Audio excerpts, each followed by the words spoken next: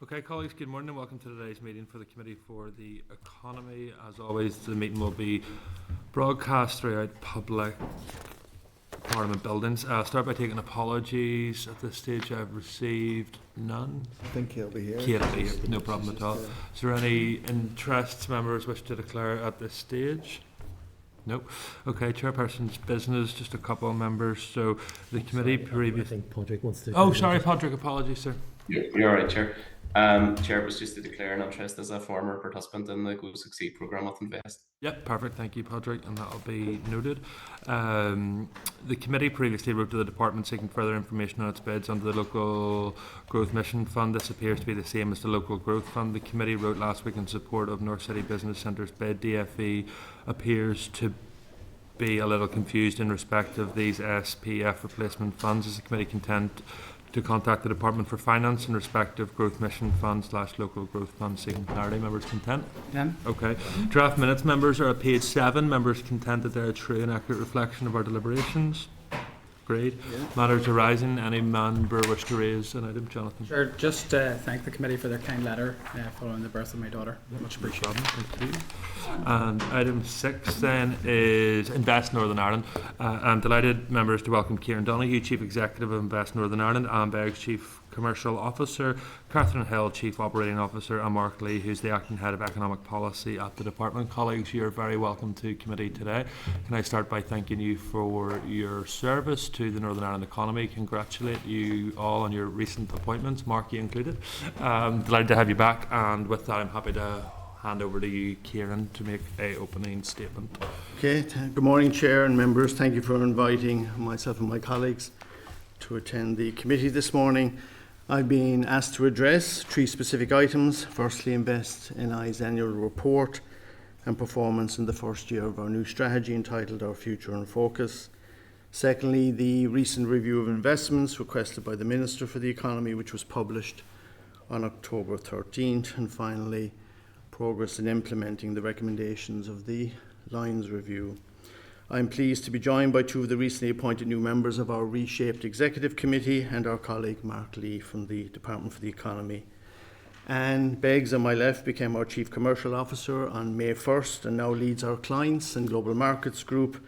Anne's team manages our relationship with existing clients, both local and international, and will work to ensure that these companies are reinvesting in Northern Ireland while simultaneously seeking to attract new inward investment and connect our clients with commercial opportunities in external markets. On my right, Kathryn Hill joined as Chief Operating Officer on May 19th and brings a wealth of experience from her previous role as Director of Active Communities at the Department for Communities. Kathryn now oversees our corporate services group, which includes all the functions necessary for the efficient and effective operation of the agency, including finance and compliance, HR, comms and marketing, etc. We are also preparing to welcome Alison Curry as our Chief Development Officer. Alison will start on January 5th and joins us from Intertrade Ireland, where she's currently Director of Entrepreneurship and Innovation. She will lead our regional development agenda, regional business group, city and growth deals, land and property, and a brand new client solutions group.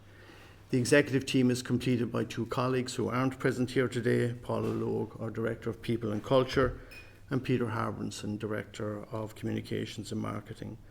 With this strengthened and restructured team in place, we are well positioned to deliver our current strategy and to commence the next phase of restructuring of Invest NI and to support the achievement of the Minister's economic vision.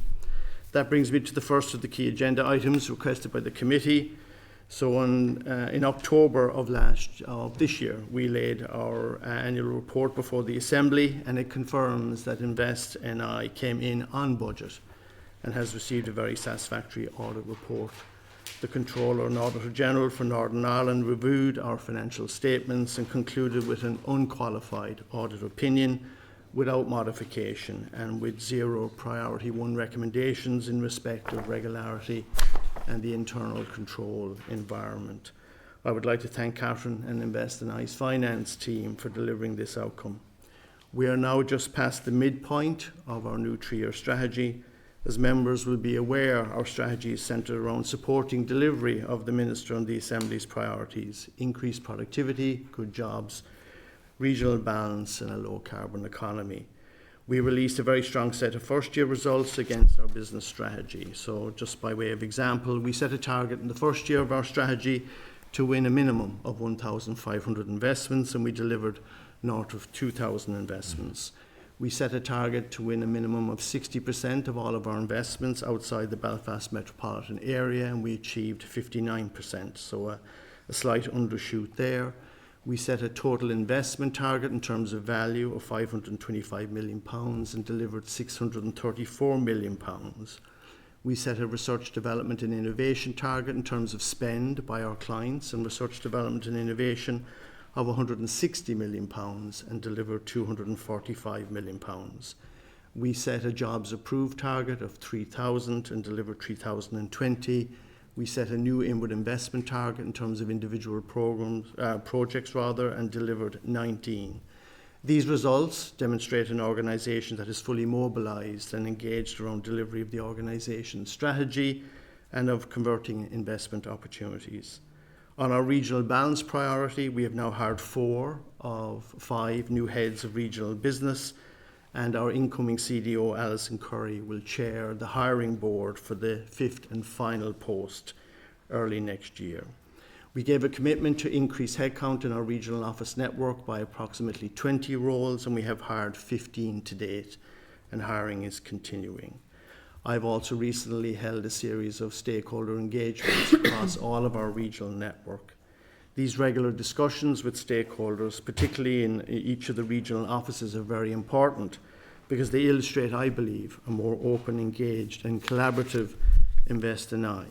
We are open to and have embraced a partnership approach to the implementation of our strategy, as evidenced by our work with the universities, colleges, local councils, AMIC, AICC and many others, and we do this on the basis of shared goals, mutual respect and reciprocity. Whilst we do not formally report at mid-year, I can assure the committee that we are on a very good trajectory to deliver against most of our Year 2 targets based on our work in progress and delivery in the current year. In this context, the recent announcement by Bank of America for a major new investment for Belfast, Seagate's announcement of a major R&D project in the Northwest, EMY's announcement of a new investment in the Northwest, plus Japanese corporate NTT's acquisition of Alchemy in the Northwest. These are all very, very encouraging developments. This does not mean that we are in any way complacent. We need to continue to build our pipeline of work in progress for this year and beyond. So after 20 months of implementation of our new strategy, we remain ambitious and cautiously optimistic about the Northern Ireland economy. The source of the optimism, as ever, is the quality of the conversations that we are having with our client companies right across Northern Ireland. They remain ambitious, resilient, and willing to invest in the activities necessary for growth, whether that's leadership, capital equipment, R&D and innovation, their customer-supplier relationships, supply chain optimization, automation, AI, or market development. By focusing on external sales growth and leveraging our unique dual market access, Northern Ireland is outperforming all other regions in the United Kingdom in terms of sustained growth in goods and exports to the European Union. Our caution relates to infrastructure and budget constraints, cost competitiveness and skills availability here at home, and tariffs and geopolitical and general market uncertainty abroad. Therefore, we do need to remain alert to risks such as the potential for a stock market correction, an AI bubble, debt sustainability, changes in international tariffs or regulatory changes, shadow banking and recession risks, and how these individually and collectively could impact the real economy inhabited by our clients. Our job, as ever, will remain assisting our clients to see and capture the opportunities for investment and growth while addressing associated challenges. We have just completed a midterm review of our current strategy, and we are still content with the priorities and the progress made to date, and therefore we do not propose to make any fundamental changes to the current strategy. In addition, we are preparing a high-level roadmap and timeline for the development of a successor strategy, which we propose to have ready by the summer of 2027. I will now turn to the second agenda item very briefly, the Review of Investments report. Members will be aware that the Minister requested Invest and I to undertake a review of investments made since October 7th, 2023 to ensure that we had not financially supported projects that manufactured arms or their components for supply to Israel. That review confirmed that we had not supported any such projects and have a transparent and robust multi-stage appraisal and approval process in place. Invest and I's interventions are focused on developing companies' capabilities and competitiveness by supporting projects in areas such as R&D and innovation, skills and market development. I appreciate that members may have further questions on this, but you will be aware of ongoing legal proceedings on this matter, which respectfully may limit my ability to provide more detailed responses. Finally, in terms of the independent review, I'm pleased to report that as of today, 29 of 35 recommendations in that review have been successfully implemented. One further action will be completed by the end of the calendar year, leaving 5 outstanding actions as of January 2026. Of these remaining 5 actions, 3 are being led on by ourselves and Invest and I, and 2 by colleagues in the department. This progress reflects significant organisational effort over the last 2 years. Delivery of the full suite of recommendations is scheduled to finish in 2027, in line with the Independent Action Plan. Therefore, I think it's fair to say to members that the majority of the recommendations of the Lions Review are now substantially complete. Finally, in my near 2 years as CEO of Invest and I have seen a remarkable shift in attitudes towards and engagement with the agency. I spend a lot of time, as you'll appreciate, meeting with our clients, with stakeholders and others in all parts of Northern Ireland and overseas. And the feedback I have received about Invest and I has been overwhelmingly positive. Clients and stakeholders see and feel a difference in Invest and I, which fills me with great optimism. This is not to say that there hasn't been occasional criticism as well, but in general, there has been a significant swing to the positive, an increased recognition and respect for what we are trying to do, which is to build a stronger enterprise economy right across Northern Ireland. I would like to end by thanking the Minister, this committee, our Chair and Board, colleagues at the Department for the Economy, and our clients for supporting our work over the last 2 years. And last but never least, I'm grateful as ever to all of the staff at Invest, without whose hard work, dedication and passion for public service we would not be successfully delivering on the strategy. I'm now happy to take any questions that members may have. Thank you, Chair. Yeah, and thank you as always for your work and for your presentation to the committee.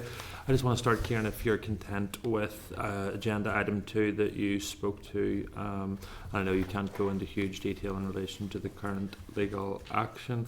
In terms of the review of investments that you undertook, you used diplomatic language that you said that the Minister requested that you do a review. Was it requested or was it instructed? My understanding is that it was a request. I didn't receive any instruction in the strict sense of that word to do the review of investments. It was a request conveyed to us by colleagues in the department. And in terms of your overview of the conclusions that you came to, there was one that you didn't include in that. I know you were only briefly talking about it, but paragraph 3 of the foreword to your useful report, and that talks about the importance of the aerospace defence and security sector to the Northern Ireland economy. Yes. I was just wondering if you could maybe detail some of that to the committee here today. So the aerospace defence and security sector comprises 120 client companies. They employ 9,000 people across Northern Ireland. That sector has been responsible for aggregate turnover of north of 2 billion. The sector employs also about 500 apprentices. Some very high profile, both domestic and international companies work in the sector. We see it as an area of further opportunity for the Northern Ireland economy, and in the review of investments we included a number of paragraphs that drew the reader's attention to that, and we will remain committed to the development of the sector in line with current policies and regulations. And do you see further opportunities in that sector? I had the privilege last week of visiting Collins Aerospace in South Down in Kilkeel, and they had informed us that in partnership with Thompson's Aerospace that Northern Ireland is now in a position where we're producing 1 and 2 of every airplane seat currently used in the entire world, which is obviously a massive story for Northern Ireland, and the part of that wider RTX sector, which is one of the biggest companies in the entire world. So I'm just saying, what further work do you think Invest Northern Ireland can do to ensure that that industry is supported and continues to grow? So firstly, I do see further opportunity. It's a very broad church, that sector. So you have aerospace, both civilian and military. You have defence, both pure play defence and then defence related activities, and then you have space as well. We see opportunities right across that broad spectrum. I think the recent Strategic Defence Review concluded by the government, Yes, and the decision to develop a cyber security node in Northern Ireland is evidence of commitment to that sector by the UK government, and that's an opportunity for us to build upon. In terms of further developing that sector, I think preparing an up-to-date target list of the companies internationally who we would want to engage with to encourage them to invest in Northern Ireland from overseas, while continuing to talk to existing clients that are already here, to make sure that we're aligned in terms of their development plans and potential, is something that we're already doing. I just want to see what in terms changed for Invest Northern Ireland, if anything. So I assume that this document was a pretty substantial piece of work. Yes. that you undertook. So from receiving your instruction/request to carry this out, it concluded the importance of the sector to the Northern Ireland economy, but it also included that there was no issue or case to answer to. Is that correct? Yes. And then it went on to further state in the ministerial statement that was published that the department is developing a new ethical investment framework. Have you been given that new framework? No, so the Review of Investments report was published, as you know, so it's there for everybody to read, and I think people have welcomed the conclusions in it broadly. The Minister made a statement in the Assembly to accompany the publication of the report, in which she referred... Fortunately, she didn't. She issued a written ministerial statement. Oh, was it a written ministerial? Which wasn't subject to scrutiny. Yeah. Okay, forgive me. So the Minister then made a statement, is my understanding, in which she said that she was instructing officials to begin work to develop an ethical investment framework. Our colleagues in the department are working on that ethical investment framework, and we look forward to seeing it and reading it in due course. The second conclusion from the Minister's written ministerial statement was expects companies seeking support to confirm that they are not manufacturing arms or components for countries committing genocide. Have you any idea who will be the person who defines what genocide is or isn't?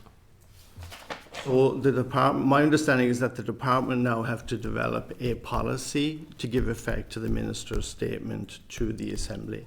That policy will combine the ethical investment framework, and it will provide the necessary guidance to us so that we in Invest NI can then consider how best to operationalise the Minister's intentions. That policy and that ethical investment framework are work in progress. And then will not engage with British government talks with Israel while it continues to illegally occupy and impose apartheid in Palestine. I assume Invest Northern Ireland would never have any role in UK government trade negotiations or discussions. My understanding, Chair, is that trade is not a devolved responsibility, so UK government officials, as per normal, will pursue those trade talks, is my understanding. Invest NI is not directly involved in those. 16-page document, months of work to conclude that no case to answer to, and there has been no changes implemented or asked of Invest Northern Ireland at this stage, and you await a policy direction from the Minister in which she published to this Assembly 2 months ago that she would do, but we've received no update on that. Mark, are you responsible for trying to develop that policy? Yes, so I'd maybe draw a distinction. There's the ethical investment framework that the Minister's talked about, work's ongoing on that. We've had a few kind of conversations with some people with expertise in this area, and I think about how to take that forward. That will take a while for us to develop. There's then the second bullet point in her written ministerial statement where she talks about ensuring companies seeking grant support confirm they're not manufacturing arms or components for countries committing genocide. So again, there's probably a slightly shorter term piece there where we're discussing with Invest and I just how we operationalise that part. Who will define genocide? So I think we will, to be confirmed, the Minister will express a view on that off the back of Will some she advice. decide who's committing genocide and who isn't? I'd imagine we will draw on some international standards. So, for instance, if a UN committee has confirmed that genocide is being committed. So the UN will be the ultimate arbiter of economic policy. The Minister hasn't made a final decision, but obviously that is one option that's It open. seems strange, Mark, that this statement was made 2 months ago and we've seen no progress on this. Some may conclude that this was a political move rather than an economic one. I just wanted to check, you were at the meeting on the 20th of October 2025 with the Special Advisor Ian Snowden, Richard Rogers, when this issue was discussed with the Minister, is that correct? A meeting with the committee or a meeting? Place here at Parliament Buildings, which was a weekly update with the Permanent Secretary and the Minister. Yes, yep.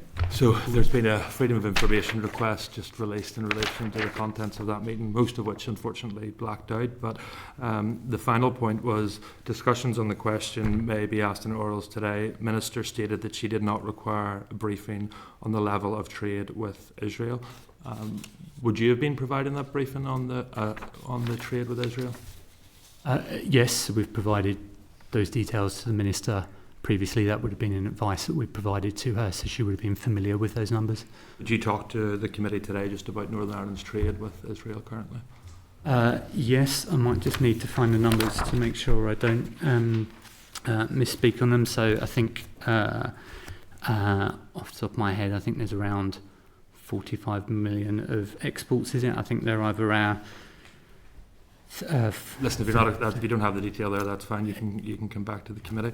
Were you involved in the drafting of the ministerial statement that was published in relation to the review of investments? Yes. Okay, no problem. I just had a few questions about that, if possible. So in the opening paragraph concludes with, "We have a responsibility to end the illegal occupation of Palestine." Could you outline to the committee what work the Minister is currently undertaking that has moved along that aim? So I think the Minister was making a broad statement there around our requirements under international law. And again, that's set in the context for what she said in terms of developing an ethical investment framework and the position on trade talks and getting assurance that we need around grant support to companies. Okay. And then she concludes with, "The current ceasefire must become permanent and lead to Palestinian statehood." What's the Minister's view in terms of the borders of Palestine as defined in her statement? You need to ask the Minister that. Did you not help draft this statement? I did help draft the statement, yes, yeah. Did you write that line? No. No. Who wrote that line? I don't know. What I would say is that obviously the final version of that is signed off by the Minister, so Yes. it reflects her views and her decision. No problem. That's fine. Kieran, I just wanted to touch base then in relation to some of the really good success stories that have come recently, and you touched on some of those both in the Northwest and in Bank of America. I just want to set out, firstly, as chair of this committee and as economic spokesperson for the party, because the Minister hasn't, that I warmly welcome the investment by Bank of America, and can I thank you all for your hard work and dedication in securing that, not just for Belfast but for Northern Ireland PLC. I read with interest, Kieran, an article in the Irish Times last night from the Chief Executive of Manufacturing Northern Ireland. You'll recall, Kieran, I asked you the last time you were here to outline some of the foreign direct investment that had been secured as a result of dual market access. At that stage, it was your view, though, you can correct me if I'm misquoting you, that you hadn't been able to identify any major international investment as a result of that. Manufacturing NI in the Irish Times interview yesterday stated that he accepts that few foreign companies have set up here in Northern Ireland since the Windsor framework to try and exploit dual market access. Have you any update on the committee in terms of additional FDI that's been secured? Obviously, Bank of America and others that you have outlined are under the services sector, which aren't constrained by the parameters of the Windsor Framework and the protocol on Ireland, Northern Ireland. Is there any update for the committee in relation to those? And would you like to provide the committee with an update on that? I can, yes. I guess just in terms of the FDI perspective specifically, I think it's probably been discussed at committee before that FDI decision making is genuinely made on the basis of a range of different factors.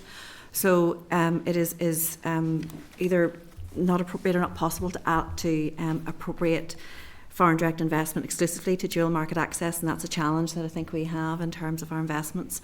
I'm certainly seeing, and we see across kind of the senior executive team, proposals being brought forward from existing manufacturers, and certainly the advantage of dual market access is being considered a factor, and certainly in expansion plans that we're seeing coming through. But net new FDI exclusively on the back of dual market access is quite difficult to identify, given the decision-making process that investors go through. Understand difficult, maybe 3 examples for the committee. We have some in the pipeline actually, which are probably at an early Just stage. in relation to the Windsor Framework has now been in place for over 4 years, and I don't expect you to give me 10, 20, 30 examples of FDI that's been secured as a result of open quotation marks, dual market access, close quotation marks, but maybe if you could just give us 3. We have a number in the pipeline that Sure. Unfortunately I can't probably reveal in terms of kind of I commercial understand it, and sensitivity. I don't want you to go into commercial sensitivity, but if you just give me 3 examples of FDI companies that in the past 4 years have set up as a result of dual market access here in Northern Ireland, and how many jobs that's created. We couldn't attribute dual market access exclusively to the establishment of any FDI in the past 4 years. Say that again, sir? We couldn't attribute any manufacturing FDI in the past 4 years exclusively to the factor of dual market access, because Listen, there are not a even range 3, of. what about even just one? One example, no? No, I think it would be probably more on the expansion side. Okay, so 0 examples of that, and I just think that's important to state.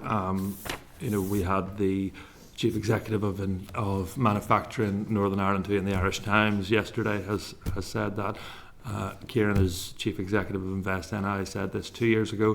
The Minister for the Economy, Conor Murphy, was unable to give us an example, and you're not able to give us an example at this stage. Now I understand that totally, and thank you for that. Podrick.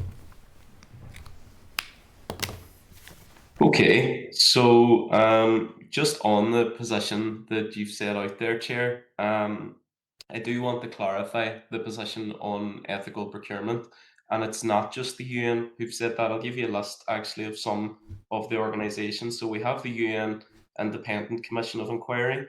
We also have the International Court of Justice. We have the UN General Assembly, UN Special Rapporteur, panel of independent UN experts, Amnesty International, Human Rights Watch, International Association of Genocide Scholars, Centre for Constitutional Rights, Médecins Sans Frontières, and numerous other humanitarian organisations. So just for anybody who's confused on this position, the position has been set out very clearly that the ethical procurement strategy has been put in place to prevent genocide.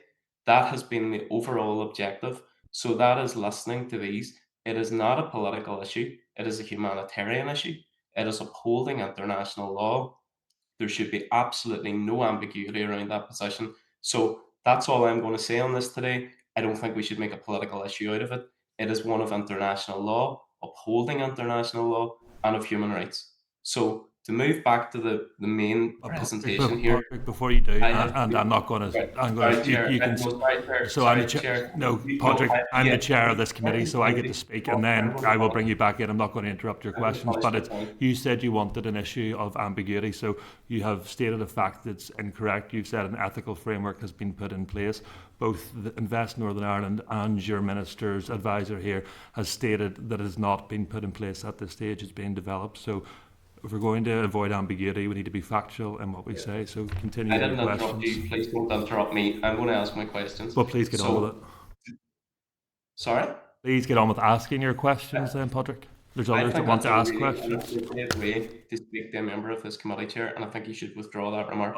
Patrick, if you want to ask questions, go ahead. You cannot state inaccurate remarks at this committee, which you started off your remarks with. I will always, as chair of this committee, facilitate debate and discussion, but what I will not allow is things to be read into the record of this committee which are factually incorrect. You stated that the Minister has put in place an ethical framework. I'm not sure if you listened to what both Invest Northern Ireland and Mr Lee said. They've clearly stated that is not in place at this stage. So if you have questions to ask, I will facilitate, as I always do, for you to ask your questions. Yeah, well, Chair, I would appreciate if you spoke to members of this committee with more respect than you've just done. I'll now ask my questions. Please go ahead. So, thank you to Invest for coming on today. Thank you for your presentation. I think the figures speak very clearly to the fact that there has been consistent and ongoing work done to enhance the economy across the north. There are two questions which I want to raise today. One of them is around your regional balance strategy, and it's to get an update first and foremost on what you're doing in terms of the office in Derry. I know there's been really good work there in terms of strengthening our approach in the northwest, Invest's capacity in the northwest, and I just want to get an update on exactly what's happening there and the good work that you've been doing. How's that being built upon? Okay, so thank you, member. So as the committee will be aware, Invest Northern Ireland has had an office in the northwest in Derry, Londonderry at Timber Quay for more than 20 years now. That property has now been purchased by the University of Ulster, and they're going to use it for educational purposes. And for that and for other reasons, we believe that that location is no longer suitable for our needs as Northern Ireland's Economic Development Agency. So for quite some time now, we've been looking at alternative property options in the northwest. We have reduced our search to 2 options, and we're currently finalising our review of those options, and we expect to submit a business case to the Department for the Economy and in turn the Department of Finance any day now. And that then in turn will lead, once that business case is approved, it will lead to us establishing a brand new office in the northwest. That office will be aligned with the strategy of the organisation, with the image that we want to project to local and to international investors, and it'll future-proof our presence in the northwest because it'll allow for organic expansion in terms of the number of executives on the ground doing business and regional development work. So I hope to be in a position to confirm our selection and hopefully approval of the business case with this committee as soon as possible. Great, that's really encouraging. And look, thanks very much for that update. I appreciate the work, and the team locally have been excellent. And I think there's so much capacity there to continue to develop in the northwest. The second question is around research and development. You know, it's an issue that I'm very interested in. You've mentioned the statistics there, and particularly around the companies in the northwest who have been, I suppose, enhancing that R&D offering. Are there any new companies that you're working with? And also, my second part to that question is, what engagement is there with local educational institutions, for example, our universities and further education colleges, to try and create that link and that relationship between colleges, universities, industries? So on the first point, Padraig, as you know, we have a very large portfolio of 3,500 clients, and relative to the size of the portfolio, not enough of those clients are doing research and development and innovation. So we have it as a priority in our strategy to get more of our existing clients to do R&D and innovation, and I'm glad to report that the number doing R&D and innovation is now higher as a consequence of what we delivered in the first year of our strategy. Our research and development and innovation team over the last 20 months have run a series of clinics around Northern Ireland, using each of our regional offices as an anchor to promote the importance of R&D and innovation to our client base. So the message about the importance of that and the range of supports available to encourage clients to undertake R&D now is much higher than it ever was. Specifically in the Northwest, the largest R&D investment in the history of the organisation was announced in recent months, north of £110 million undertaken by Seagate, which is a fabulous achievement both for the company and for the Northwest. And we are engaged all the time with our clients right across Northern Ireland, including the North West, sitting down with them saying, work with us to undertake R&D. So that is actually happening. On the second point, your question is about that triple helix, that very, very important relationship between government, academia and clients about promoting the research and development and innovation agenda. We're doing that all of the time, talking to the colleges, talking to Ulster, talking to Queen's University, talking to the research centres embedded in those third level institutions and connecting our clients into the capability in the university. And we're actually supporting research and development projects, collaborative R&D projects between our clients and the universities all the time. And also leveraging off the very good investments in city and growth deals. And our new Chief Development Officer, Alison Curry, who will lead our regional agenda, she's also going to have responsibility for the R&D and innovation team. So joining all of those elements that you've alluded to together, that will now be more effective because structurally within the organisation, you'll have a very senior member of the executive leadership team and all the people that report to her working on that agenda that you've alluded to. No, that's really encouraging, and I know it's obviously something that there's a huge collaborative piece of work that investors are critical to. So I'm looking forward to seeing that develop, and I want to thank the team for the fantastic work that's been done on that to date. So that's me. Thanks very much for your presentation today. Thank you. I would add as well that members of our board, our chair and the head of our ARIC committee, Don McLenaghan, have also been working and contributing as part of the McGee task force in the North West. So the work that we're doing in the regional agenda isn't confined to just the executive leadership within Investina. It also embraces members of our board. Thank you for your question. Thanks. Thank you, Patrick. Sinead? Good morning, everyone, and thank you for being here today. And congratulations on the new posts and appointments, and we look forward to Alison joining the team as well, so that we have a real focus on regional balance. And nobody will be surprised that I want to focus my attention on some of the facts and figures that you presented in your papers, Kieran. So I want, first of all, to take you to 1.4 of your papers, and you've indicated that you've secured 19 new investors from markets including GB, Ireland, India, Canada, and US, generating 44 million. So, and there's also a number of companies there at the top of, well, I don't know if it's the top of page 37 in my papers, but just it's under 1.4. Is that a sample of the new investors? Yes, Sinead, that's just a sample because not all of the new investors have made formal public announcements. So unless the client, Right, okay. unless the So client can I gives take us, you through? Can I take you through? I'm just wondering where they're located. So Napier, where is it located?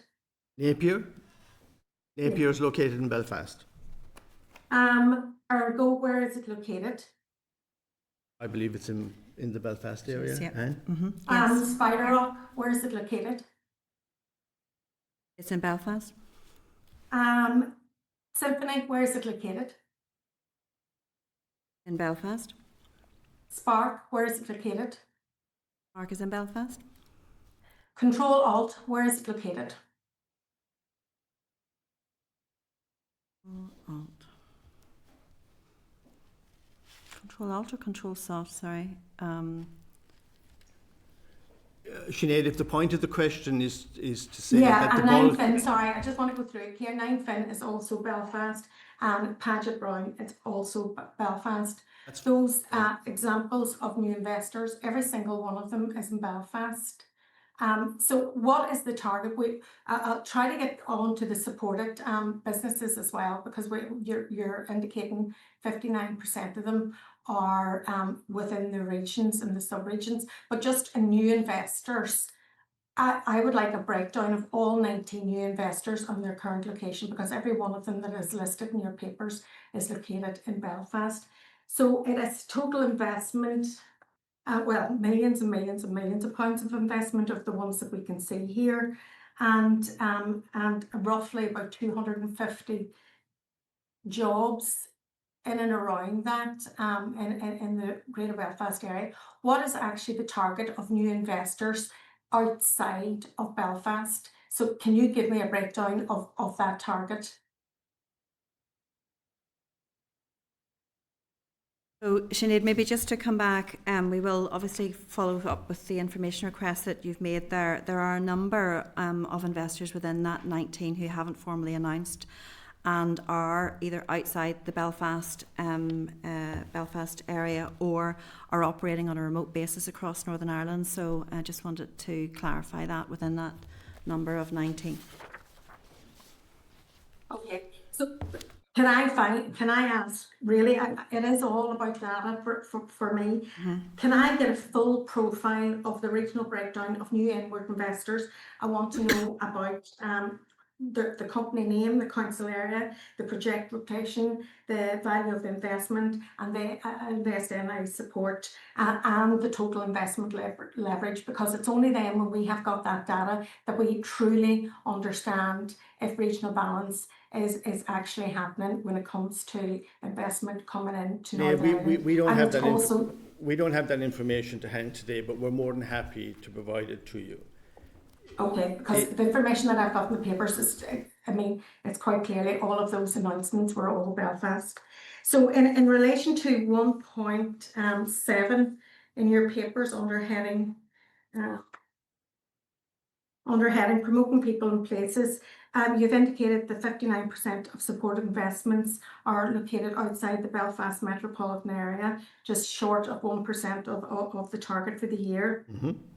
Can you give me the precise definition of supported investments? And is this the number of projects, or is this percentage a value of investment? I just want to be clear exactly what that figure means. The 59% refers to investments, not investment value. It refers to investments.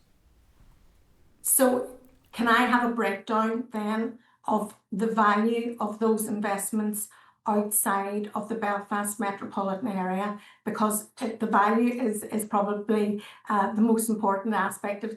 It's not the number, because they could be small types of projects. So I need to know the value of them, and again broken down in the same manner as I've requested in terms of inward investment as well, because it's really important. And just for clarification, that diagram that you've shown, 59% outside BMA, you've listed 4 and you've listed 4 in the 41%, but is that just a sample? But that's just a sample, just to illustrate the point. So on both sides of that graphic, you have examples of some of the investments that occurred within and without the Belfast metropolitan area. But they're just examples. They're not the complete list. So can you give me the numbers behind the percentages? We absolutely can. And your point about distinguishing between the number of investments and the value of the investments is well made. And on occasion, that point applies in relation to the Northwest. So on a value basis, the largest and most valuable R&D investment that we've won in the last 12 months went into the Northwest, not into the Belfast metropolitan area. Yeah, and the value of that investment was made by the company in the Northwest. Seagate made that investment, and I really value it. Seagate has been in dairy for 33 years, and it is an integral part of the economic outputs of the region. And the fact that they have made this £100 million investment in R&D in that site maintains that site and gives that site a future. So it is of critical value, and we welcome that entirely, and we welcome the investment that Invest NI has made on top of that. But to be sure, it is one business, and dairy needs new investors now of a similar advanced and innovation type of business coming into the Northwest. And you'll appreciate it was the partnership between Invest NI and Seagate that led to that investment. So both teams 100%. working together. I know exactly what's going on. I'm quite close to the ground there regarding Seagate, and I do value what you've done and the work that you've done to support them in the region. They are critical to the northwest, and we value them completely. So that is to be congratulated and supported absolutely. And the Alchemy acquisition is also good news. And Ian Ernst & Young, EY, I've made a visit to the offices as well, and they're very nice offices in that as well. So regional balance obviously is critical. And we need to see the actual outputs of it. So I really need more data. Those papers don't tell me what I really need to know. So what do you think are the main policies outside the purview of the Department of Economy impacting the ability to attract investment to Northern Ireland, but specifically to the regions in Northern Ireland? Are they health profile? Is it economic activity? Is it connectivity? You know, what are the issues that you experience that are not attractive to investors? In terms of some of the challenges that every investment promotion agency, not just InvestNI, needs to manage in terms of attracting investors into the regions, would be the availability of sufficient infrastructure to accommodate the operations of companies. So if it's a manufacturing investor, connectivity to the grid, water and wastewater capacity, the availability of land to build or expand a premises, and then the availability of people and people with specific skills. These are issues. Investors are now doing very, very sophisticated due diligence in all of the locations that they might be encouraged to locate in by InvestNI and other IPAs. So making sure that we have all of the information about the strengths of particular regions is really important. So what we've done over the last 12 months is that we've reviewed and updated and developed our value proposition for each of the 5 operating regions that we now have within InvestNI that covers all of Northern Ireland. And when Alison Curry joins the team in January, she'll be overseeing the articulation of those value propositions in partnership with Anne and her team to even more foreign investors. I should say, in respect of the Northwest, of all of the site visits by international investors that we've had in recent years, after Belfast, the region that has received the bulk of the site visits has been the Northwest. And how many of them have you transformed into actual new investors into the Northwest? Well, we'll get that data. We'll get that data for you. But EY, for so you example, don't know, was it 1 or 2 years? Is it several? You know, well, how many I don't do you have think? that. I don't have that information to hand. But the main thing is we have succeeded in convincing international investors who do have choices to go and visit physically the Northwest, look at the locations, meet with other clients there, and leave with a favourable impression of the region. And these discussions are ongoing.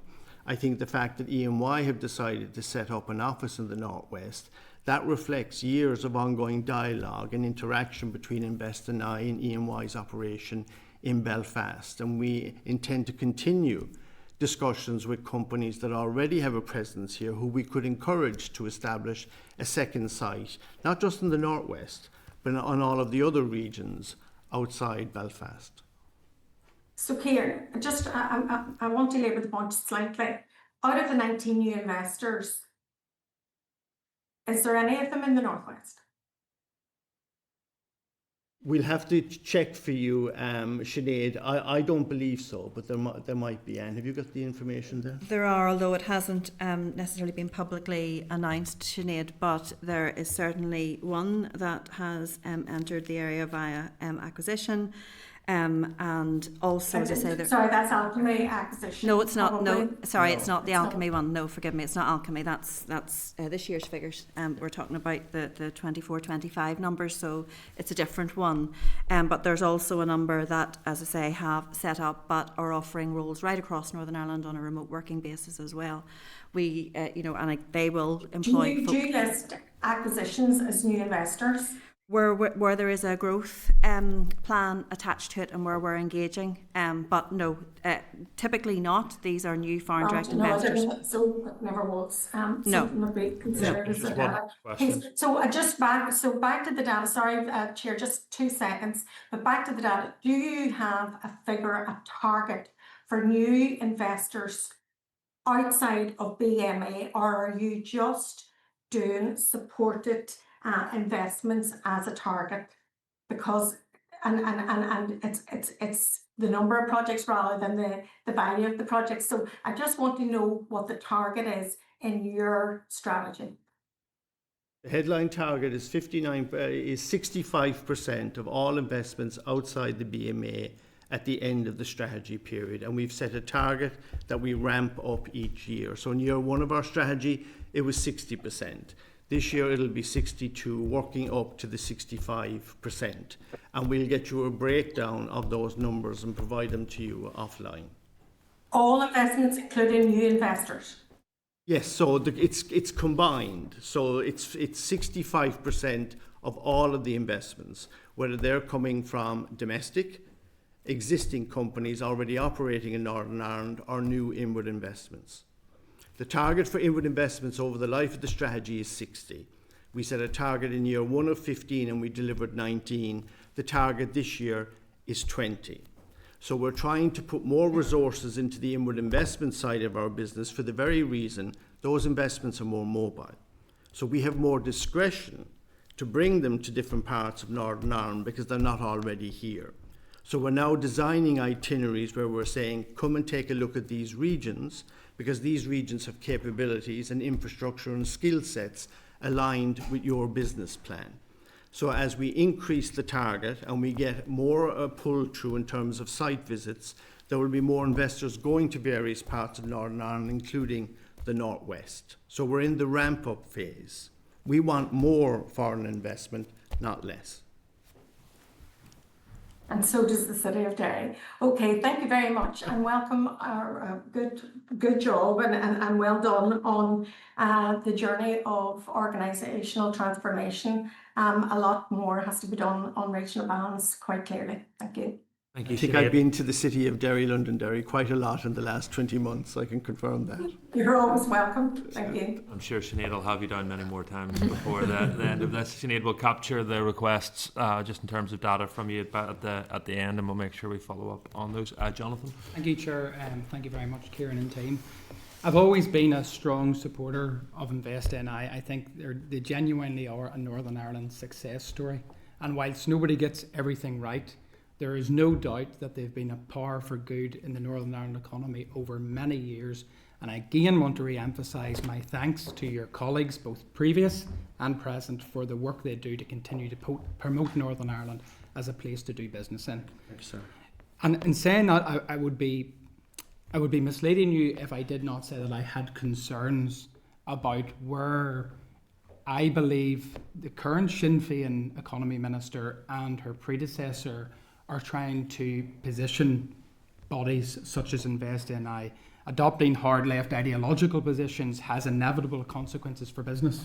It jars with economic growth, with business confidence, with jobs and investment. And all I can ask of InvestNI is that when they deal with this committee, they do so in a truthful way, so that this committee can hopefully hold those with political responsibility and indeed administrative responsibility accountable. So with that in mind, former Minister Murphy appeared before our committee on the 11th of December 2024, and I asked the following. 4 senior directors of InvestNI with approximately 80 years of experience between them under the Chief Executive have resigned and are leaving the organisation over the next 3.5 months after being asked to reapply for their current jobs. Is that the Minister's understanding? He replied, no, it's not. The Lions Review was very critical of Invest. It is probably one of the most critical reports that I have seen in public life, but it recommended a restructuring at senior level. So where there were previously 4 people at that level doing a number of jobs, InvestNI have created 3 posts. So the 4 posts were no longer in existence, and the people were offered the opportunity to apply for the new posts that were created, and it seems a number of people have taken the opportunity to leave the organisation. I further asked, Is there something we're not understanding as a committee? So I want to refer you to page 23 of your annual report, third paragraph from the bottom. During the year, Invest NI paid voluntary exit packages for 4 outgoing executive committee members, totaling a cost of 0.8 million. Yet on page 76, it describes one redundancy as being compulsory, 50,000 to 100,000, and other departures agreed, 3 numbers at 200,000 to 250,000 pounds. This appears to directly contradict the Minister's statement in front of this committee on the 11th of December last year. Can you explain why this contradiction exists? I can't explain the difference between what the Minister said to the committee. I haven't seen his written evidence to the committee. I would need to look at the detail of that, Jonathan, before I could comment further. I can give you more colour in relation to the restructuring. So when I joined as Chief Executive Officer, obviously I read the Lines Review in its entirety and had discussions with the board and with the senior leadership team and the Department for the Economy around the Lines Review. And then once I was familiar with the business and beginning the process of developing a new strategy for Invest NI, as CEO, I decided that I needed to fundamentally restructure the business to make it fit for purpose for the foreseeable future. So I restructured the senior leadership team, took the decision to reduce the number of grade 3s from 4 to 3, and decided that I needed to create brand new positions to drive the strategy of the organisation so we could deliver even more for the people of Northern Ireland. So the role of Chief Commercial Officer, Chief Operating Officer and Chief Development Officer, they didn't exist. So those brand new positions were created, and as a consequence of that, the positions that the incumbents, the members of the executive leadership team at that time held, they no longer existed. So in a spirit of fairness, I said to those people, here is the job spec of the new roles. I would encourage you to look at them, and if you are interested in those roles, please apply for them.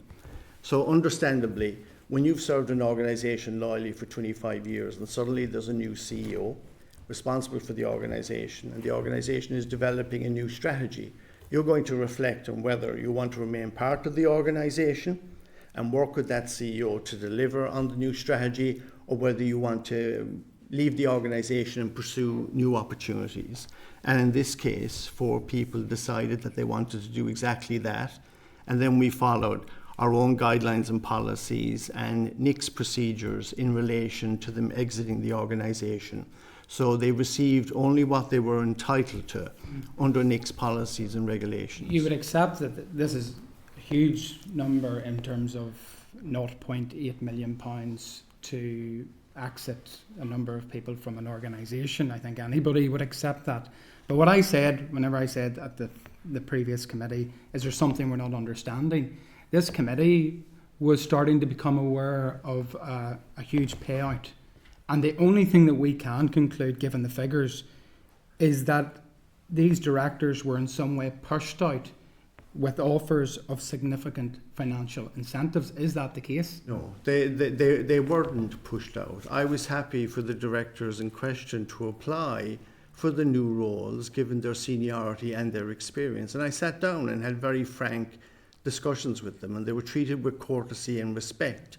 And I encouraged them to look at the job spec and then come back to me and indicate their wishes. And they did, and they decided they wanted to pursue other opportunities. Some of them have gone on to join the boards of very important organisations in Northern Ireland. One has become CEO of another organisation in Northern Ireland. So it was their decision, their personal decision, which I had to respect, that they wanted to leave the organisation. It's important to say, I wouldn't describe it as payoffs or payouts. They got their statutory entitlements for leaving the organisation. And the way I look at this is, Invest Northern Ireland is Northern Ireland's principal economic development agency. The future of that organisation is worth, to my mind, £800,000 of investment in its future. So on that, who approved and authorised these payments? Was it yourself? Myself and the board in consultation with the department. Okay. I want to talk now about the regional property portfolio. Yes. So you've talked about some of the infrastructural constraints that are affecting some of our businesses in terms of that portfolio. So you previously stressed that if we have the sites, they will come. That's to quote exactly what was said at a previous committee meeting. Yes. Yet your report warns that reduced budgets are putting targets at risk, and specifically that the lack of funding for the land and property strategy will hinder both site provision and regional balance. Page 4. Are you now having to reset or downgrade your targets due to these budget constraints? So what we've had to do is we've had to make provision in our targets and in our statements about how much investment may not happen as a consequence of some of those constraints, some of which relate to property. So I think we've indicated that we might win 150 investments less and several hundred jobs as a consequence of some of those constraints. But we have set aside budget for our land and property strategy between resource and capital. It's circa £3 million. And we've also sat back and we've recognised fiscal constraints, the realities of budgetary constraints in Northern Ireland, and the fact that the department has to look after a range of bodies, not just Invest NI, and therefore we've creatively used City and Growth Deal money to develop a site solution in Mid-Ulster in Desert Crete. And we're also working to develop a land solution at Mandeville in Craigavon. So we're trying to be creative while continuing to make the case for incremental funding for our regional property We're not looking at downgrading our targets due to the financial constraints at the No, moment? Okay. we remain committed to our targets. Okay. So the organisation is working every day to deliver its targets, but we felt, in terms of transparency, that we needed to draw attention to this committee and to the department what might happen as a consequence of some of the budgetary constraints. In my constituency, a manufacturer waited 4 years to complete a major factory due to on industrial land due to lack of adequate wastewater capacity. Mm-hmm. How many other projects are there in Northern Ireland that you're aware of that are being delayed due to critical infrastructure gaps, and what are we doing to address this? So I don't have a specific number for you in relation to the precise number of projects that are either moving slowly or not moving at all as a consequence of constraints in the water and wastewater infrastructure system.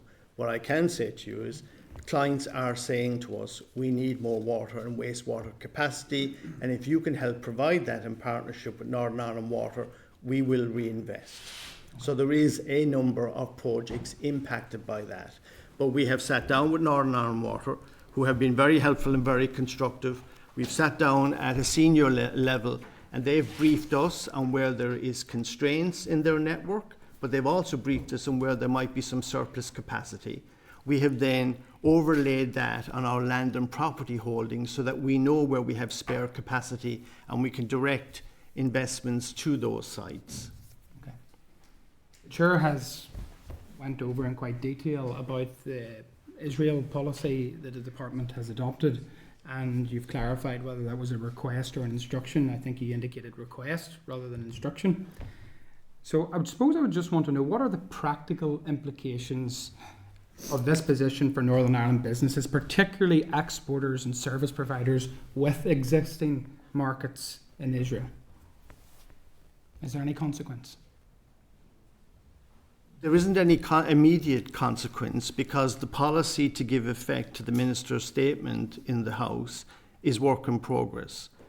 This is the ethical procurement framework that you're talking about? Yeah. Yeah.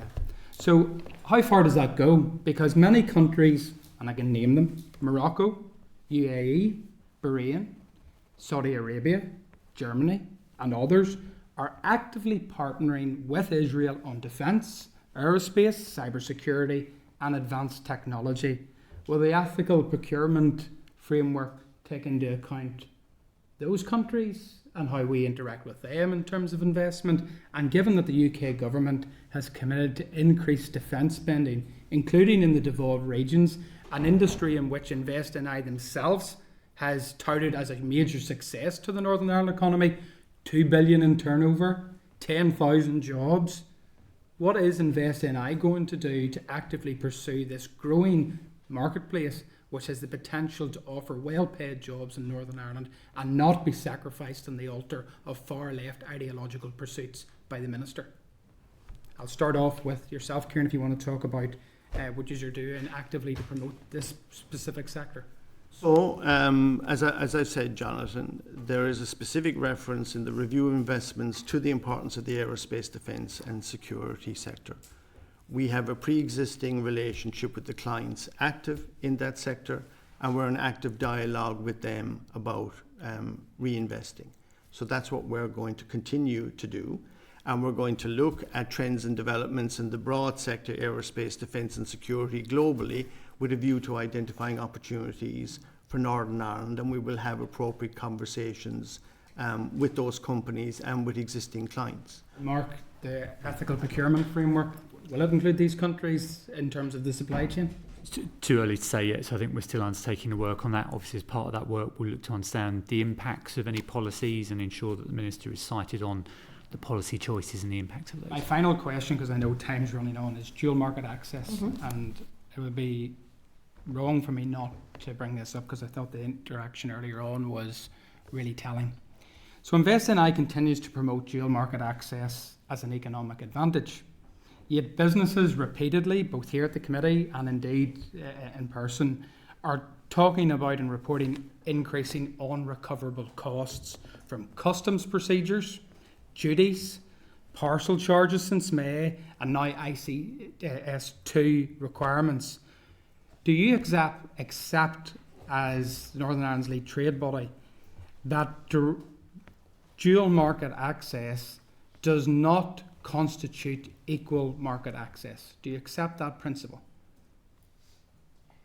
Okay, I'll maybe come back on that one. So just, we talked earlier about the foreign direct investment dimension and the element of that within dual market access. And as I say, the discussion was around not being able to exclusively allocate our investments or expansions to the advantage of dual market access specifically. What I didn't get the opportunity to say, and it wasn't the nature of the question, was actually the impact that dual market access has had on our exporting businesses. So there has been a marked increase in exports from Northern Ireland to both the EU and GB. And in fact, in the past 3 years, we have been the only part of the UK to increase our goods exports to the EU. That said, I take your point. Levering that market access advantage does not diminish the challenges that businesses here are facing in terms of particularly GB to NI movements. And that's why I guess in terms of the Chancellor's statement last week and the £16 million allocated to advance kind of the GB to NI and NI to GB trade flows, that is very welcome. In fact, also the recommendations of Lord Murphy in terms of the one-stop shop for information, etc. And advancing the work of Intertrade UK, I think are all welcome developments. It's a good answer, Anne, but it's not the answer to the question I asked. Do you accept that dual market access, as marketed, is not and does never equate to equal market access? Because if we look at those GB importers to Northern Ireland compared to those EU importers to Northern Ireland, there is significant customs requirements for GB businesses entering Northern Ireland, therefore friction, therefore costs, therefore it's not an equal playing field. Do you accept that? Well, there is a difference between, yes, the GB to NI movements and EU to NI movements, yes, if that's the question in terms of the equality. Yeah. We look at the figures, so we're again trying to justify dual market access as a net benefit when the market and business feedback suggest escalating costs, not gains.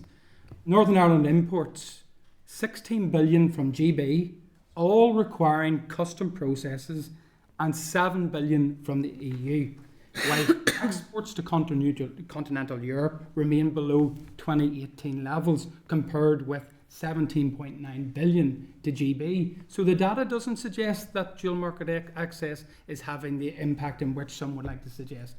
Is that not factual? From an exporter point of view, in terms of their ability to access the EU 27 and GB on a more competitive basis than other suppliers into those markets, is there in terms of, I guess what you're saying is in terms of the supply chain movements, into Northern Ireland. Sorry. Yeah, sorry. I know. You said last question. Yes. 5 questions ago, so I don't want to be accused of favouritising anyone. So Gary, Vice Chairman. Thank you, Chair, and thanks to all of the team for coming in. And I just want to put on record my thanks to Invest NI over the years, particularly the Northwest team through Des. He has been working for many years, in my opinion, in a very hostile political environment, particularly with elected representatives in the council. And they need to be commended for working through that and trying to bring investment to the Northwest.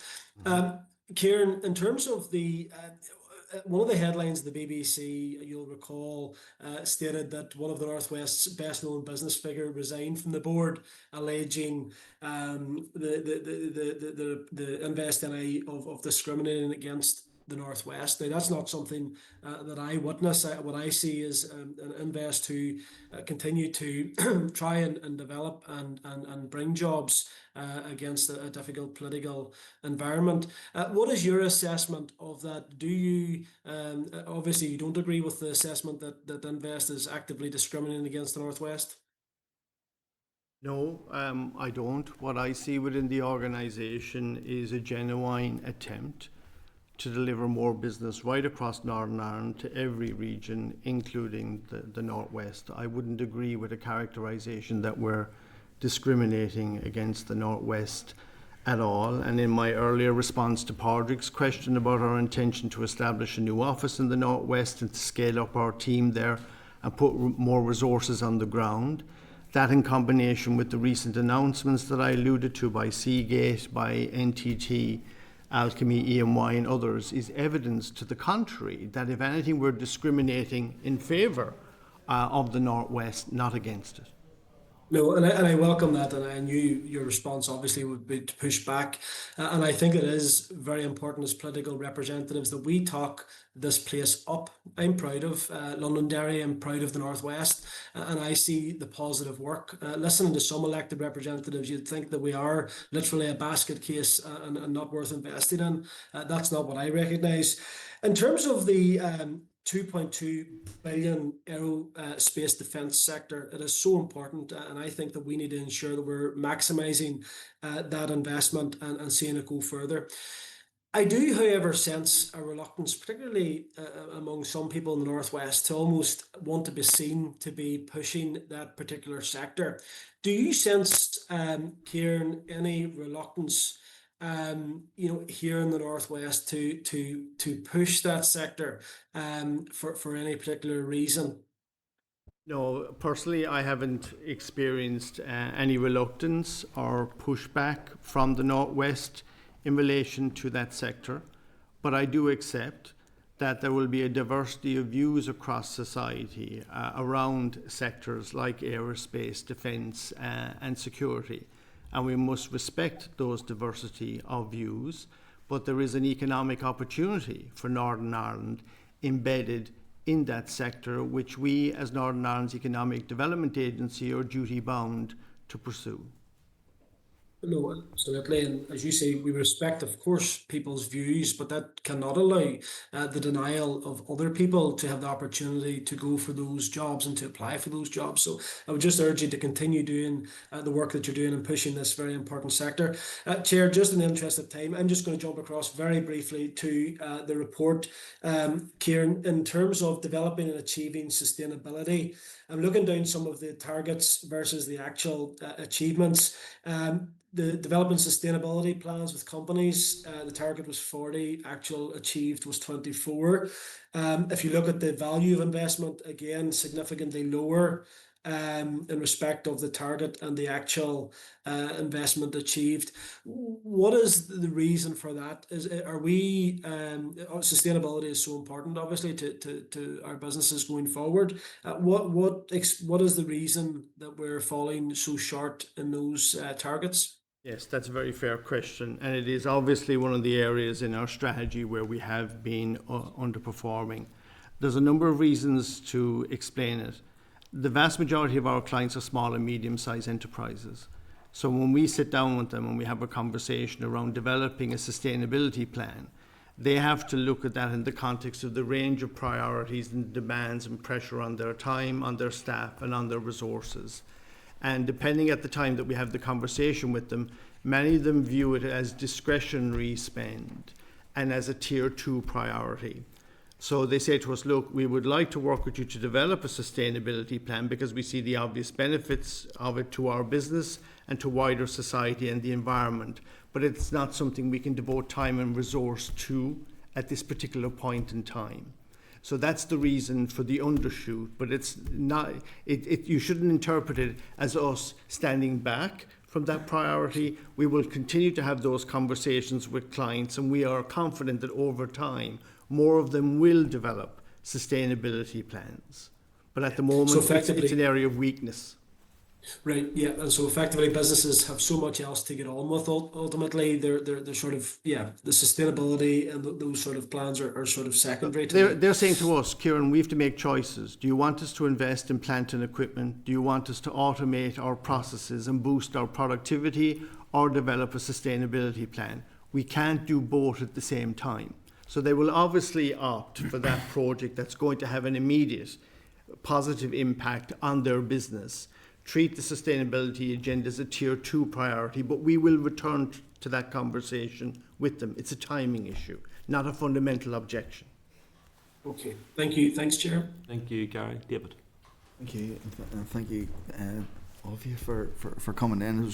We started off so positive. We started off really positive. Your presentation was so positive, and I want to look at some of the things you brought. But honestly, it's disappointing to hear some of the language used and questions to you that talk us down and actually don't look at the opportunities that we have and the difference that the dual market access actually gives us compared to the rest of the UK and actually with the South.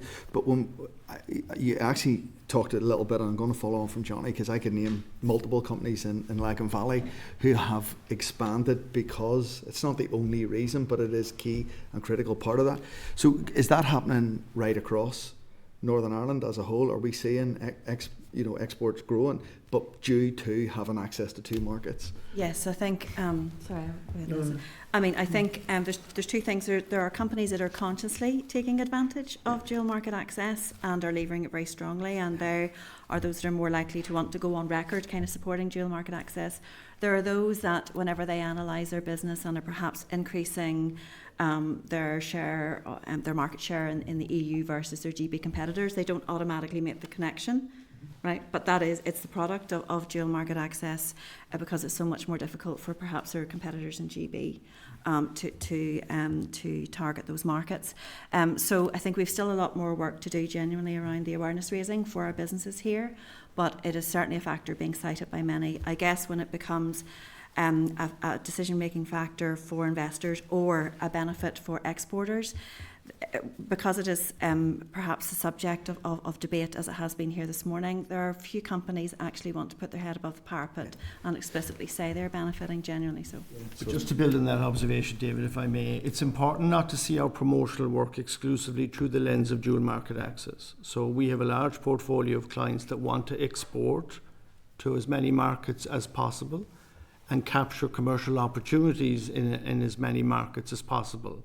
So we don't confine our promotional work to just the EU and to GB, the rest of the UK. We're looking for market opportunities for our clients on a global basis and leveraging our global office network to do that. So are you saying there that actually with companies, so we are creating jobs, we are creating more skill opportunities, and we are creating exports with dual, right? Are we having companies of what you're saying that are actually scared to put their head above the parapet because this has been politicised, and rather than just delivering jobs and everything else, they're actually staying below the radar and just getting on with it? yes. Thank you. Can I then look at R&D? Your figures in R&D are pretty impressive whenever you look at those. So you've 160 million, I think you said, was the target, and it's 245, so that's about 50% actually up on what the target was, or roughly. What is that one particular business has caused that, or what is the reason, the drive behind that? So the reason for the drive behind that was the fact, as I said, that our research and development and innovation team went out into our regional office network and held a series of clinics to raise awareness right across our portfolio of our service offering and the range of programs and supports available to them to embrace R&D and innovation. So that was the principal driver of our work in progress. But I think Seagate's investment did have an outsized impact on the value of the R&D investments that we delivered in the first year of our strategy. So R&D for me, if we look at this, is exporting into the future. So you're getting new products, and we're developing stuff, and the intellectual property owned here that then brings wealth and prosperity to people. So as we move forward, will that continue to grow at the kind of rate that we're seeing? Well, that's the intention. We want more companies doing R&D and investing more in our R&D. We had a great year because of the significance of the Seagate investment, so we want to build on that. Right now, when we look in our pipeline, there's some very, very high value further R&D investments from a broader range of clients in the pipeline. And at the other end of the spectrum, we also have an internal target for first-time investors in R&D as well, to continue to feed that pipeline coming through. And then what support is there to enable that and to grow that and to actually, see this continue to grow? There's a whole range of solutions, David, from innovation vouchers all the way through to grant for R&D, to access to national and even EU sources of funds. Just as we look at Margaret, there was an MOU signed between the Minister and the South recently to sort of work out what benefit do you see for yourselves in that, as trade to the South, I suppose, is export, but then as a stepping stone into those other markets that you've talked around the world. What are the key bits now that Invest can do to start to push? So we have set up what we call a new hub office in Dublin. So the team in Dublin are looking for export opportunities in ROI for our clients here, and there has been increased expressions of interest by companies headquartered in ROI about establishing a presence in Northern Ireland. So we now have the infrastructure and the resources on the ground in the Republic to build in that memorandum of understanding to attract more investment into Northern Ireland from the Republic. And then the connection then between Enterprise Ireland and IDA, is the relationships there built, or does this help in any way? The relationships are very, very positive. Yeah. So, for example, in relation to Enterprise Ireland, we partner with them in the Ernst & Young Entrepreneur of the Year programme. Pleased to say that 3 of our clients, 3 companies from Northern Ireland, made it into the final this year, which is great because that raises the profile of the quality of the companies and the quality of the talent that we have here. And we partner with Enterprise Ireland. They run a Leadership for Growth programme every year, and we send some of the leadership teams from our clients here to participate in that programme where they gain exposure to their peers in the Republic and share experiences, establish interpersonal relationships, which can often be the basis then for commercial opportunities for both sides. So that's what we're doing. And we have a good positive relationship with IDA Ireland as well. Okay. Last for me, I couldn't pass this by, but with no land in Lagan Valley. So whenever Johnny's talking about connection problems and that and those plug and play, are we being really strategic with where those plug and play parks that you talked about, I think the last time you were here, or you talked about one in Craigavon and is, but are we being strategic of where those are going? And yes. Yeah, we are, because we have to buy, once we have the budget, we have to buy land in an area where the connections to the utilities can be delivered in a reasonable time frame. The last thing we want to do is to buy land where the infrastructure won't arrive for 5 years or even longer, and then we effectively have a stranded asset that we can't utilise really to attract investment, to accommodate the needs of existing clients. So we're being very, very careful about which property solutions we're prioritising. Well, listen, thank you so much for everything you do for all of us. So thank you for your questions. Thank you, sir. Yeah. Thank you, Chair. I just need to start by saying I've been very outspoken on Palestine, and not because I harbour any far-left ideology, but because it's a humanitarian issue to me, and I think we should be cognizant of how we are potentially complicit in genocide. To me, it's very clear we do need an ethical procurement framework, and actually what I think we need is an international relations strategy. Then that would mean we could take some of the politicking, party politics out of this and focus on growing the economy, supporting businesses and creating opportunities for the next generation, which is what we all want on this committee. What engagement, if any, have you had on the development of an international relations strategy with the Executive Office? They're developing that at the moment, I understand. I haven't. You have not? Personally, none as yet. I've had engagement with that team and talked about a number of broad things going on. There may be members of my team who've been involved at a more detailed level, but I haven't personally been involved in. Have you, Anne? Yes, our international group, so our trade and investment group have had early stage engagement with the international relations team in the executive office in terms of just aligning, I guess, where our priority sectors and markets are, and just making sure that that aligns with the direction of the international relations plan. Okay. Yeah, it strikes me that that's massively important, especially when you're talking about the network of global offices and how we do reach these global markets. Having the strategy, I just think, is so important for so many reasons. Quite a lot of I agree with what David said about R&D and how impressive that is, and we've kind of covered that. So what I'd like to ask a bit more about is skills. We've had the skills action plan published in recent months, and I'm just curious from your engagement with businesses what you see as the kind of key skills gaps and barriers that they're facing at the moment. I would say across the piece, actually, it's probably more at the experienced hire, actually, end of the market, and that's where kind of conversion programs and upskilling programs, whatever, are quite important. But so I would say they're across industries, rather than going into the weeds of any particular one. It would be at that experience level to lead and see new teams of school leavers, graduates, etc. Okay. Thank you. I've just set up the all-party group on artificial intelligence, and I really believe that we can be a world leader in this space, much like we are on cybersecurity. Curious if you can just speak a bit to what you're seeing in the AI landscape, changes being made, and how an AI strategy would really help. Sure. So firstly, our view is that in terms of artificial intelligence, it is being adopted at pace by many clients and many sectors, so that's positive. It'll have both job creation and job displacement effects, so it'll create jobs, but it will also destroy jobs. The net effect, though, will depend on the specifics of the company and of the sector. We see potential job growth in cybersecurity, actually, as a consequence of artificial intelligence, because artificial intelligence is increasing the volume and the frequency and the pace at which cyber threats are being created. Those threats are being created by actual artificial intelligence itself. Therefore, cybersecurity providers, the cybersecurity industry, needs to adopt AI to combat those AI originating threats. And actually, in the last 3 to 5 years, brand new roles have been created within the cybersecurity industry to combat AI originating threats. So you have AI threat hunters and AI risk, cyber risk and cyber compliance roles now being created.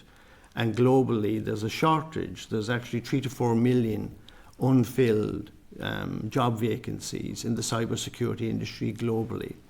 Northern Ireland continues to have a fabulous reputation actually in this space. So we will be confident that we can lean into this opportunity and see more sophisticated jobs being created in Northern Ireland as a consequence of AI. There will be some current roles that will be commoditized, like log triage and SOC 1 analysts in the AI industry. Those roles will disappear, but they will be replaced by these more high-value roles.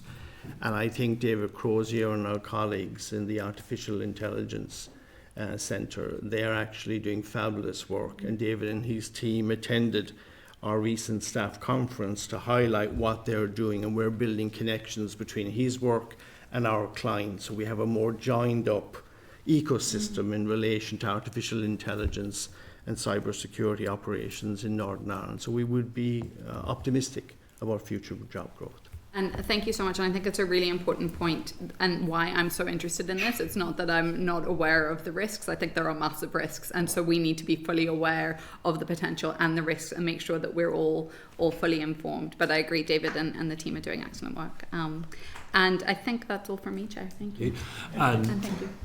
Kate is our in-house expert in relation to AI, but that work that she's doing in terms of the all-party group is really important. So anyone from the organisation who can feed into that and tap from that knowledge would be really, really useful if they would do that. Diana?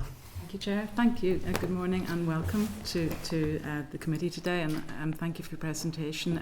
There's a lot of good stuff there, good improvement that we're seeing, so just commend Invest NI. A lot of what I was going to raise has obviously been covered this morning. And as a committee, we're looking at other bills and legislation, in particular the Good Jobs Bill. And I just wonder, have you fed into the consultation? Have you conducted an impact assessment on the Good Jobs Bill in GB? We're seeing the Labour manifesto has changed in saying that day one rights to do with dismissal, they're going to roll them back to 6 months. So have you an opinion? Have you fed into the consultation on that to the Minister? I'm not aware if we Maybe have. Mark might have some perspective on consultation around the Good Jobs Bill. Yes, I'm not aware of Invest feeding in directly, but obviously I think there are mechanisms and engagement forums with business more generally that the team taking forward the policy development around good jobs are utilising to ensure they're engaging with and hearing from businesses on their perspectives. Because we did express as a committee, our concern that it was conducted during a time when there was low awareness, and we felt that sufficient stakeholders hadn't engaged, and that would be something that we were concerned that it has a wide enough reach that it really has been consulted upon most widely. So I'd appreciate. I'm not aware that we've done an impact assessment either, but I'll check those points for you and come back. And is it something you would look at, Kieran? Oh, absolutely. I Yeah. think it's really important Do to that. look at it. Yes, please. Thank you. So really, everything that I wanted to say has been covered in a large part. But more locally for me, and looking at peripherality of the region that I represent from Anna South Tyrone, we've met before, Kieran, and we've had good conversations. FDI, there's nothing happening there. I'm looking at how do we grow manufacturing in the region, particularly of Fermanagh, support that. There's potential there for growth. I just wonder if there's anything you can tell us of your intentions for support going forward. I think, as you know, we have a great team down there led by my colleague Etna McNamee, and we plan to expand Etna's team and the capabilities of that team so that they can drive the regional development agenda in Fermanagh. Alison Curry, when she comes in, our new Chief Development Officer, then will amplify all of that work. As I said, we're looking at our value propositions to attract industry into all of the regions in Northern Ireland, including your constituency, and trying to identify which companies would be best aligned with the strengths of that region. We're going to also update our target lists of the companies we're going to be targeting internationally to strengthen our FDI pipeline, and then matching those companies with particular regional strengths in Northern Ireland. So there are some of the steps that we're taking to raise the profile of the region and bringing in more site visits so investors get to come down into Fermanagh, into your constituency area to see what it has to offer, is something that we're trying to do. You can understand that some of the major drawbacks for investors is going to be the location, peripherality, connectivity, digital connectivity, and we've already mentioned wastewater. The challenge is there. So, it's keeping that focus on the need to really speak to other agencies, other departments about, strengthening the availability of that infrastructure, because there will not be growth if that isn't readily available. So as you know, the CEO of BT was in town recently, and InvestNI and BT jointly announced a new innovation centre. And in the discussions that we had with Alison and her senior team, it became very clear that BT has invested a lot in broadband infrastructure and broadband services in Northern Ireland. So we have one of the strongest offerings in that area in terms of connectivity that we always draw international investors' attention to, and that has served us very, very well. So that we don't want for connectivity as a consequence of the investments made by BT. And looking at, you're talking about relocating your regional office in Londonderry. Have you considered relocating from Omagh to Enniskillen? Because I notice, when you look at the map there, and when you look at where the regional offices are located, is there any benefit in actually moving more centrally in Fermanagh to really address the border businesses? Well, you're the first person that has raised the possibility of relocating from Omagh to Enniskillen with me. No one has raised that with me to date, including members of the team. But if that would serve our agenda in the region, it's something that we're open to considering. I think I did speak about it to you before, looking at the workhouse and what the work that's been done in Enniskillen, Kieran, yes. Okay, well, we have used, as you know, the workhouse for events regularly, and it's a very impressive piece of infrastructure. Good. Okay, that's it for now, but thank you. Oh, just one question, really. Again, maybe looking more at global volatility and other external factors. I have a company, there's a company there that is really experiencing with international competitors who don't produce, manufacture to the same standards as them, and that global volatility there is quite a threat. I think they're coming through that experience now. They've had to lay off, but they will be recruiting. What can you do in that, when you're working to different standards for those manufacturers? Well, we can help companies to invest in meeting global standards.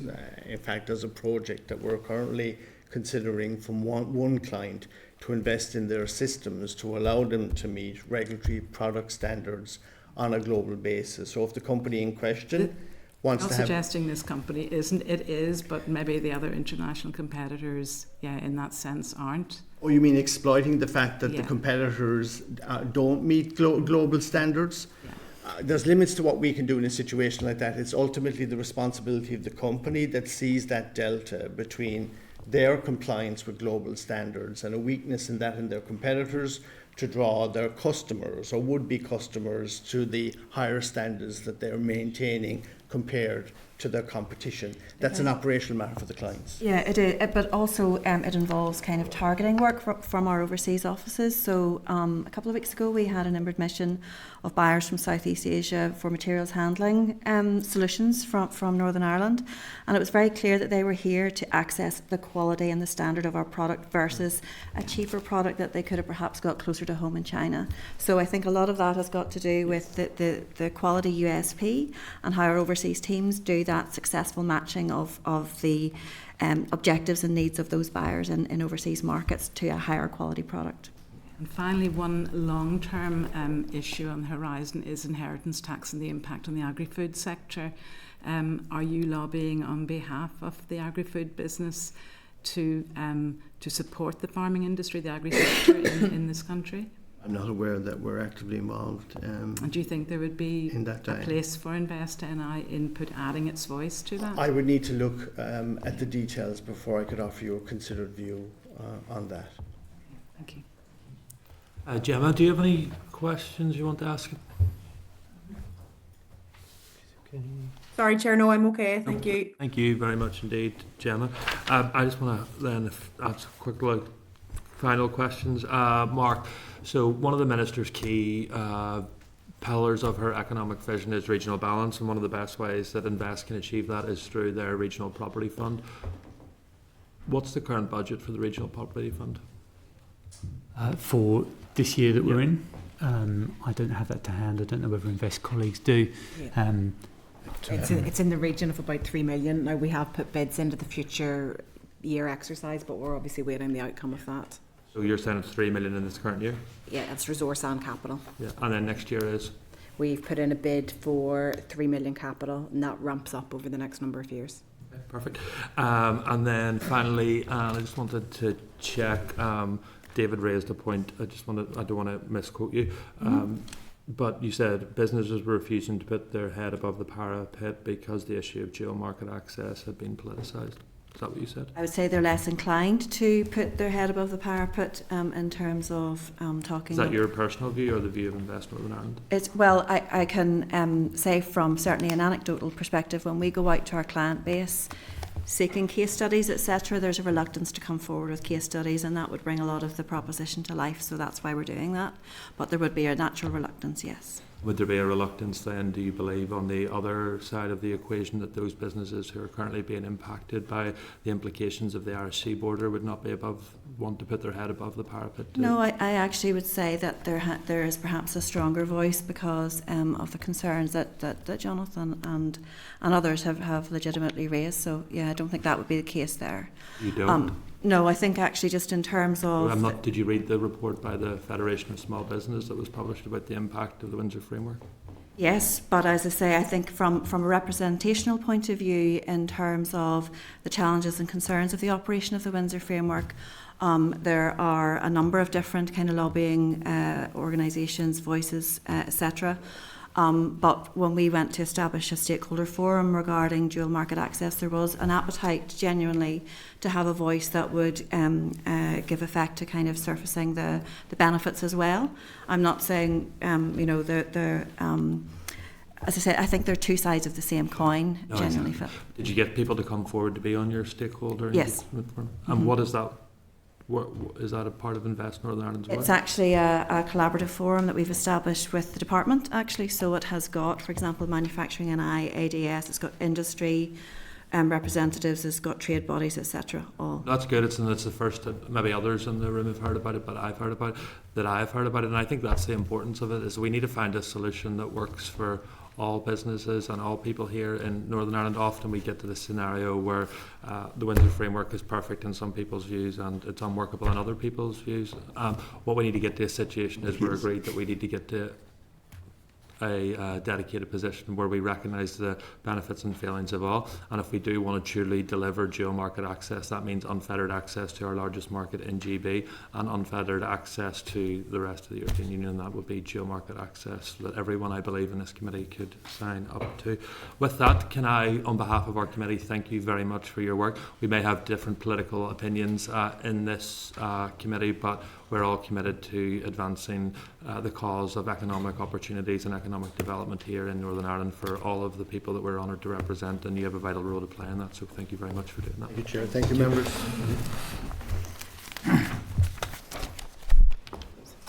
Hey, colleagues, we're just going to summarise some of the follow-up actions. If we firstly just go with Sinead, just to make sure that we properly capture the issues that she raised, Peter. So I think the issues that Ms McLenaghan raised were around regional balance, and she was looking for data on the location of new investors, a full profile, the value, the number of jobs generated, the support provided, the investment leverage, and this by local government districts. And that would be for new investors, and indeed around the location of the supported investments as well. Again, it's jobs, it's value, it's support, it's investment leverage. Additionally, I think there was also a question about the FDI visits that are to be converted into investments by local government district. So that information would, I think, give you an idea about where we are in terms of regional balance. I think also, if that's correct, Ms Armstrong asked about the impact assessment of the Good Jobs Bill and what the department had, what the Invest NI had done around that. And then the other issue was around other data, which was Northern Ireland's trade with Israel. Also, perhaps an update on the development on the guidance on genocide and on the development of the ethical investment framework. Members? Mr. Jonathan. Yeah, just Chair. Oh, yeah, sorry, Sinead. Yeah, sorry, I should have went to you first. Apologies. Sorry, that was very well summarised, Peter, but just another piece of it. I want to know the wage, because that's all to do with the productivity as well, and the job outcomes locally and regionally. Okay, thank you. Thank you, Sinead. Sorry, Yeah, just to add to Sinead's point, it's about the 19 new investment projects, which are £44 million.